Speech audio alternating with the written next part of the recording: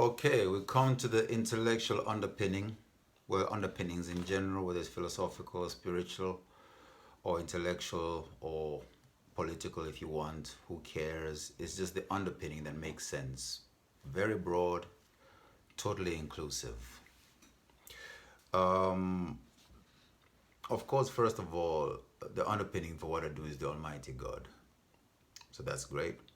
But now becoming even more specific, it's Rastafari in terms of His Imperial Majesty Emperor Selassie being the executive arm or will of the executive arm of the will of God.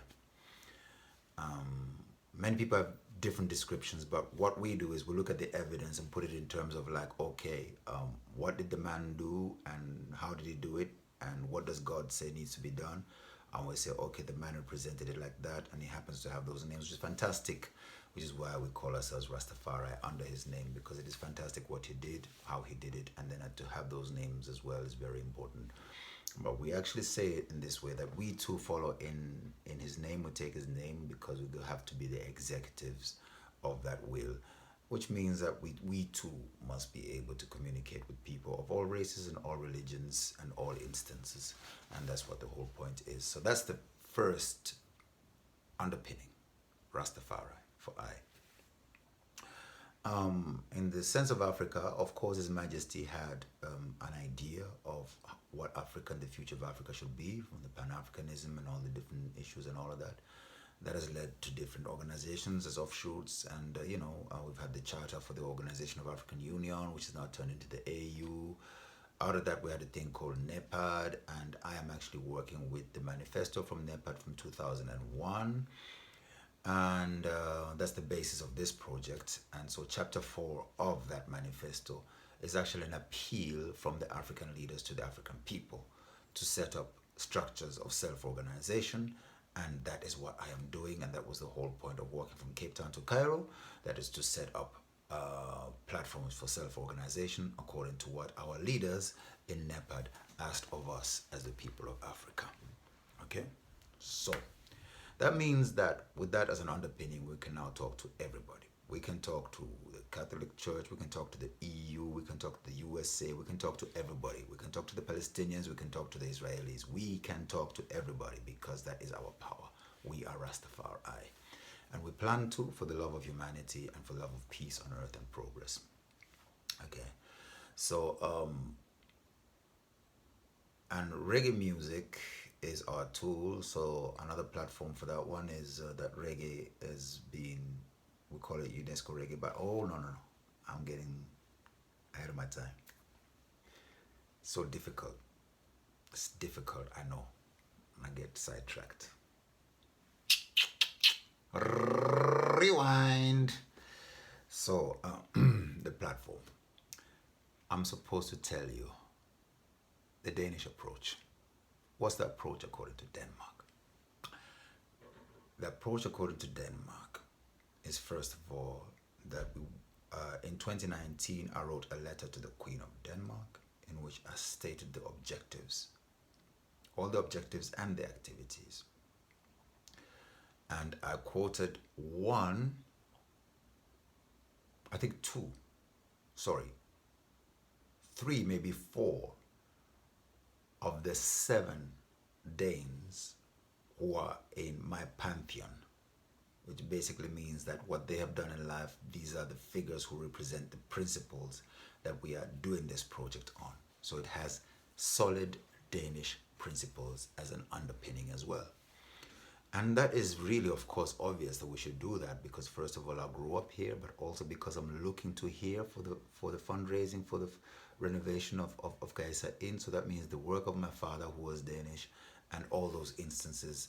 It is way more than I can present here, but Denmark is fundamental to it all. As you see Kajsa Inn, where it is, without the inclusion of Denmark, it wouldn't even exist as Kajsa Inn is. So to start with Denmark as the foundation, that is the correct way to deal with it, and to keep looking to Denmark for the underpinnings. That is the correct way to do it. So who are these 7 Danish people in my pantheon? The earliest of them is Ole Rømer. who is the man who calculated the speed of light. Yeah, look at little Denmark. Great. And then you have Jose Ørsted, who is the man who figured out electromagnetism. Yes, look at little Denmark. And then, of course, we have Jose Anderson, whose name I share, who's a storyteller with many principles. And I can identify with so many of those stories. So it's crucial that my name is Anderson. I love it. Okay, that's God's way of working. And then we have Søren Kierkegaard, who is actually the father of existentialism. Look at little Denmark. Now, just draw a few parallels here. William Shakespeare writes in Hamlet about Denmark. Says something fish in the state of Denmark and all of that. And at the end of it all, Hamlet says, to be or not to be? That is the question. Now, can you come with any quote that is more existentialism than that? To be or not to be? That is the question.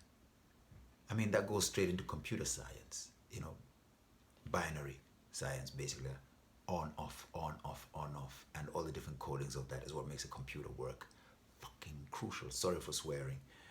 And then the other one is Grundtvig, whose example really is the one that we're using in terms of self-organization in self-education. Self-education is a must. Education is the key, but of course, if education comes from the top down, it is indoctrination. Education by the people, for the people, is liberation, and that is the foundation for the Danish egalitarian society. So Grundtvig is number one. When I came to Denmark, I went to a efterskole, which is one of the legacies of Grundtvig's way of thinking. There are friskoler as well, and there are højskoler, and that is very important, even for our volunteers who are going to have come. That's also going to be based on Grundtvigiansk tankegang, Grundtvigiansk tanker, Grundtvigian thinking. Okay. And the other gentleman that we have here is Niels Bohr. Niels Bohr is one of the physicists who led the way in understanding how to split the atom, which means we ended up having nuclear power. Nuclear bombs and nuclear power. Crucial. Look at little Denmark. What's very interesting about Niels Bohr is that he was actually a philanthropist. And he, you know, the other brother in this situation was Einstein. And he and Einstein had different ways of working. Einstein was definitely the type of person who was locked alone with his thoughts and made his way towards his conclusions on his own. Whereas Niels Bohr, he just couldn't do it on his own. I mean, he'd do the thinking, but he needed to have social input. He needed to have people, he needed to bounce his ideas off of people, asking them questions and probably answering the questions himself. But unless he could focus on a person, he couldn't really work. And I find that very interesting. And he also played football. So, and I guess definitely after developing the atom bomb, he was more interested in this type of knowledge leading towards peace. And so he has many instances of philanthropical work in Copenhagen and around Denmark. And of course, there's the Niels Bohr Institute, which I will definitely go and present these videos to. We'll make sure that these videos get to the Niels Bohr Institute. And I've heard that they have one in Nigeria. So I'd love to have one in Malawi. If not at Kaesa, then definitely at the lake at my father's side of family in Katabe. So that's Niels Bohr. And then important here also is Viggo Starke. He was a Danish politician from the Justice Party. And in 1957, the Justice Party, the Radicals, and the Social Democrats got together to make a coalition, a government coalition, that ruled Denmark, not ruled, that's what the Queen does, that governed Denmark from 57 until 61, I believe, 61. And in those years, the Germans declared Denmark an economic miracle. And what was the basis for that declaration? Was how Denmark had turned everything around to positive growth. How did that happen? Land value taxation, the single tax, you know. So I think I left it out in my presentation when I talked about CCSR being the intensification of the velocity of exchange within the quantity theory of money. I forgot to add based on land value taxation. So that's what we're going to be teaching you at Gaesa in. And there's a whole wealth and a whole history around this and how I got this knowledge. Again, we look to God and we thank God for being my professor, being my teacher, being my leader, the Almighty, the Almighty, the Almighty, the Almighty. The Almighty is a teacher. And what He has taught me, I want to teach you. Okay? All right. So Vigo Starke is a hero of mine. So between these 7 people, 1, 2, 3, 4, 5, 6, 7, these 7, there are others who are like them, overlap, underlap them, but we limit ourselves to 7. But if you choose to go into detail and have Danish studies, we shall establish that at Gaesa in honor of my father.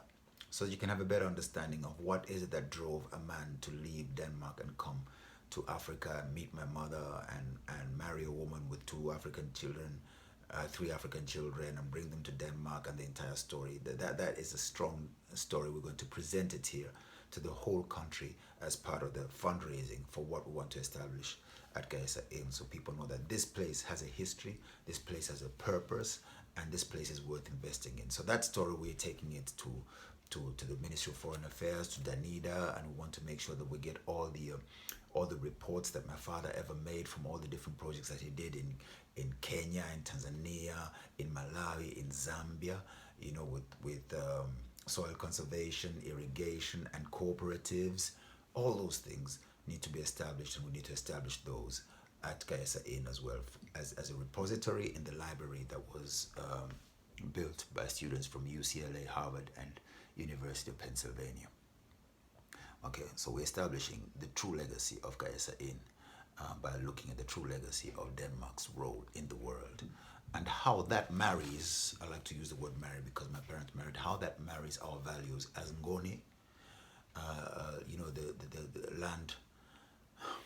land tenure, land jurisdiction, according to our traditional laws.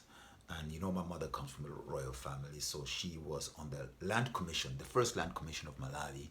My mother sat on that one, which was established by President Muluzi, Bakili Muluzi, which was the first one that looked at regular Malawians having access to what was only reserved to settlers or white people under Kamuzu Banda, you know. So that land commission and its findings, alongside the work of my father's lifelong work of my father, shall be in the library at Gaesa Inn. So how that is going to be designed is one of the things. So we're going to look at all the libraries here in Denmark and tell them about that project, and that's where we're going to raise a lot of money through libraries as well to establish the library there at Gaesa Inn. So that will be the Denmark-Malawi bridge that we're going to build to establish the legacy of my parents, and which should benefit myself and my siblings and our children. So that was the Denmark video. Thank you so much.